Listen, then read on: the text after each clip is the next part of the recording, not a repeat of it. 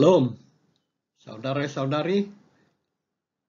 Hari ini kita mau kongsi satu keajaiban yang dilakukan oleh Yesus. Dan petikan rujukan ayat-ayat suci hari ini adalah dari buku Markus. Kedua-dua petikan adalah dari bab 5. Yang pertama ayat 21 sampai ayat 24. Dan yang kedua ayat-ayat 35 sampai 43.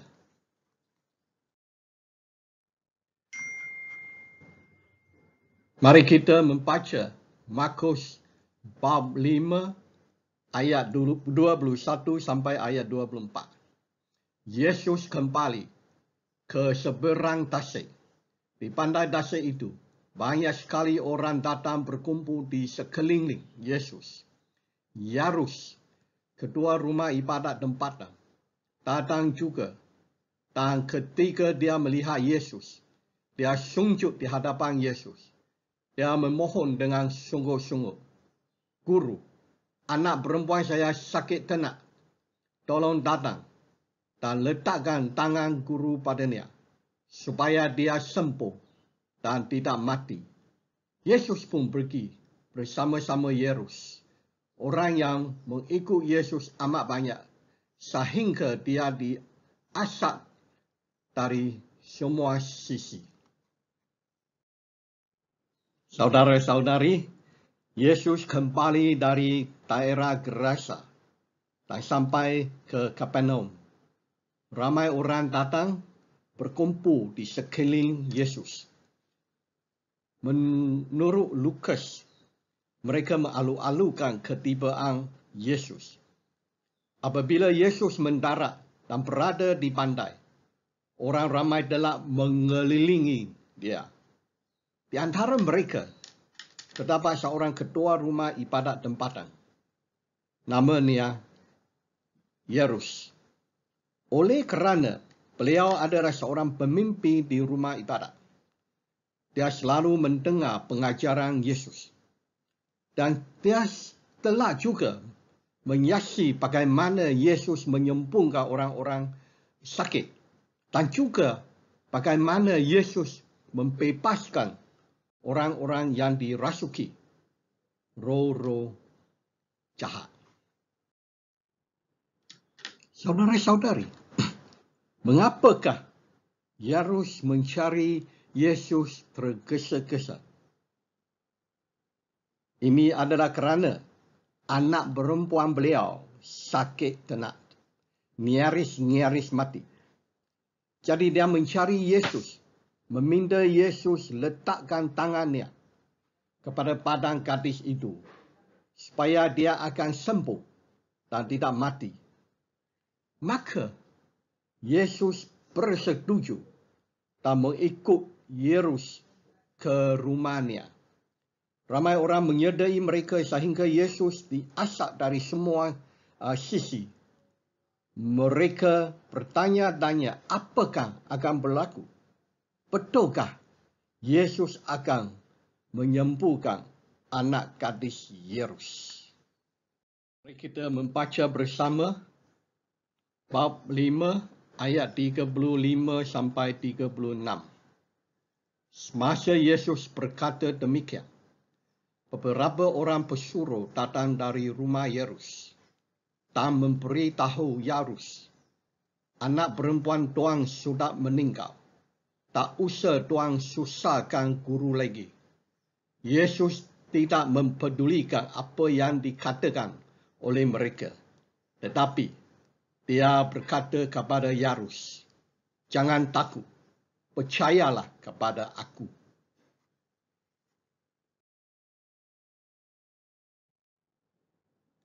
Apabila Yesus hendak menuju ke rumah Yairus, ramai orang mengelilingi beliau. Di antara mereka terdapat seorang wanita yang mengidap penyakit pendarahan derut. Selama 12 tahun dia menderita kerana penyakit itu. Pada masa itu, dia menyentuh jumpa Yesus.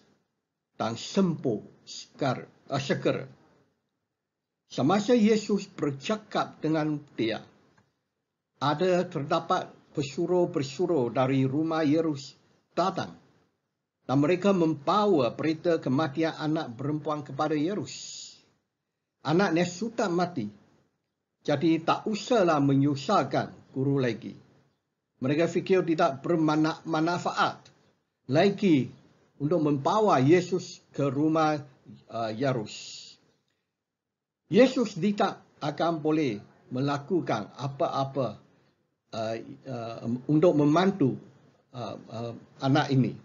Jadi kita nampak dari maklumat yang diberitahu oleh pesuruh-pesuruh dari rumah Yairus, kematian anak perempuan Yairus adalah satu fakta, satu kenyataan yang tidak boleh dipertikaikan. Walaupun pesuruh-pesuruh Yairus memang percaya kepada Yesus, percaya bahawa Yesus boleh menyembuhkan perempuan itu, tetapi mereka tidak percaya Yesus boleh membangkitkan seorang gadis yang telah mati. Mungkin kita tidak boleh, tidak sepatutnya menyalahkan mereka kerana sampai masa sekarang, walaupun Yesus telah melakukan banyak keajaiban, termasuk menyembuhkan orang-orang yang sakit dan juga membebaskan orang-orang yang dihasut roh jahat. Tetapi sampai sekarang, Yesus tidak benar membangkitkan seorang yang telah mati. Tetapi saudara-saudari, Yesus tidak mempedulikan mereka dan menyeru Yairus tidak perlu takut dan hanya mau percaya. Yesus mau Yairus percaya perkara yang pesuruh-pesuruh beliau tidak percaya, iaitu dia akan membangkitkan anak perempuan dia. Markus tidak memberitahu kita perasaan Yairus pada masa itu. Tetapi oleh kerana Yesus sanggup pergi ke rumah beliau dan juga menyuruh beliau tidak perlu takut, Yairus memutuskan hendak kembali ke rumah dia bersama dengan Yesus. Dan kita teruskan membaca bab 5 ayat 37 sampai ayat 40. Setelah itu, Yesus tidak membenarkan sesiapa pun mengikut dia kecuali Petrus, Yakobus dan Yohanes, saudara Yakobus. Apabila mereka tiba di rumah Yairus, Yesus melihat keadaan yang kecoh, sedar mendengar tangisan dan rantapan yang kuat. Lalu Yesus masuk dan berkata kepada mereka, "Mengapa sangat kecoh dan mengapa menangis? Anak ini tidak mati, dia hanya tidur." Mereka mula mentertawakan Yesus. Oleh itu, Yesus menyuruh mereka semua keluar. Dia mengajak ibu bapa anak itu serta ketiga-tiga orang pengikutnya masuk ke dalam bilik tempat anak itu berbaring. Yairus membawa Yesus ke rumah dia. Dan Yesus tidak membenarkan orang ramai mengikut dia, melainkan tiga pengikutnya, iaitu Petrus, Yakobus dan juga Yohanes. Markus tidak menerangkan mengapa Yesus hanya membawa 3 orang pengikutnya dan melarang orang lain mengikut dia. Kemungkinan besar dia tidak mahu perkara yang akan dia lakukan diberi terlalu publicity. Apabila mereka tiba di rumah Yairus, keadaan di rumah kecoh, sedang mendengar tangisan. Ramai orang menangis di rumahnya. Memang adalah satu kebiasaan orang-orang Yahudi untuk mengupah wanita-wanita datang ke rumah-rumah si mati untuk menangis sebagai tanda kesedihan ahli-ahli keluarga terhadap kehilangan si mati dan juga satu tanda penghormatan kepada si mati. Wanita-wanita ini adalah orang-orang profesional menangis. Mereka sedia diupah untuk tujuan ini. Apabila Yesus ternampak keadaan demikian, dia bertanya, kenapa mereka menangis sedemikian teruk? Yesus seterusnya mengumumkan perempuan itu bukan mati tetapi dia hanya tidur. Kita telah difahamkan bahawa perempuan itu telah mati. Jadi kematian perempuan itu adalah satu fakta dan bukan satu berita palsu. Kenapakah Yesus masih mengumumkan bahawa perempuan itu tidak mati tetapi hanya tidur? Saudara-saudari, ini kerana Yesus mempunyai kuasa dan kedaulatan mutlak untuk mengatasi kuasa kematian. Jikalau dia berniat untuk perempuan itu membangkit, dia akan bangkit. Oleh kerana itu, apabila Yesus mengumumkan bahawa perempuan itu tidak mati, tetapi hanya tidur, Yesus berniat untuk mengumumkan kepada orang-orang yang berada di situ, dia akan membangkitkan perempuan itu dari kematiannya. Orang ramai mentertawakan Yesus kerana mereka menganggap Yesus telah berkelaluan dan sudah jadi gila. Yesus menghalau orang ramai dari rumah Yesus dan membawa ibu bapa perempuan itu dan juga ketiga-tiga murid-murid dia masuk ke bilik perempuan itu. Mari kita teruskan. Bab 5 ayat 41 sampai 43. Yesus memegang tangan anak itu lalu berkata kepadanya, Talita kum, yang bererti, anak perempuan, aku berkata kepadamu, bangun. Anak perempuan itu segera bangun lalu berjalan. Umurnya 12 tahun. Ketika peristiwa itu berlaku, mereka semua sangat kagum. Tetapi dengan tegas Yesus melarang mereka memberitahu hal itu kepada sesiapa pun. Lalu dia berkata, berilah anak ini makanan.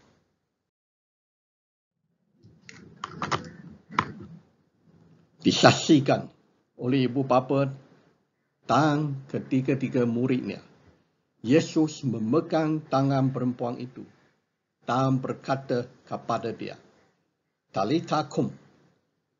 Ini adalah bahasa Aramaik, satu bahasa lisan yang kerap digunakan pada masa itu. Maksudnya, aku berkata kepadamu, bangun. Perempuan yang berusia 12 tahun itu bangun dan berjalan keluar biliknya. Orang ramai merasa kagum. Bukankah perempuan yang berdiri di hadapan mereka sekarang telah mati? Mereka tertanya-tanya. Orang-orang yang tidak lama tadi mentertawakan Yesus sebagai orang gila ataupun yang berkelakuan terlaluan, sekarang telah menyaksikan Yesus bukan hanya melakukan satu lagi keajaiban, tetapi yang lebih mengagumkan mereka berbanding dengan apa yang mereka menyaksikan dahulu. Saudara-saudari, Yesus melarang mereka menyebarkan berita keajaiban ini kepada orang-orang lain. Yesus tidak mahu orang ramai terlalu meninggikan dia dan menjadikan dia sebagai Raja Yahudi. Orang-orang Yahudi akan menganggap Yesus sebagai juru selamat yang akan menyelamatkan mereka dari tangan orang-orang Roma. Oleh itu mereka akan menjadikan Yesus sebagai Raja Yahudi. Tetapi Yesus tahu dia datang ke dunia ini bukan untuk dijadikan Raja Yahudi. Dia datang untuk menyelamatkan seluruh manusia, termasuk saudara-saudari. Yesus juga tidak mahu keajaiban pembangkitan perempuan ini diketahui terlalu ramai orang, kerana ia akan juga menyebabkan pemimpin-pemimpin Yahudi merasa cemburu dan menghalang Yesus meneruskan kerja-kerjanya. Saudara-saudari, perempuan itu telah membangkit. Yesus menyuruh dia diberi makanan. Pembangkitan perempuan itu adalah satu fakta yang tidak boleh dipertikaikan. Dia boleh bergerak dan makan seperti orang biasa. Ini membuktikan bahawa Yesus mempunyai kuasa dan otoriti ke atas kuasa maut. Kuasa dan otoriti mengatasi kuasa maut yang Yesus mempunyai ternyata di atas kematian dan kebangkitan dia sendiri.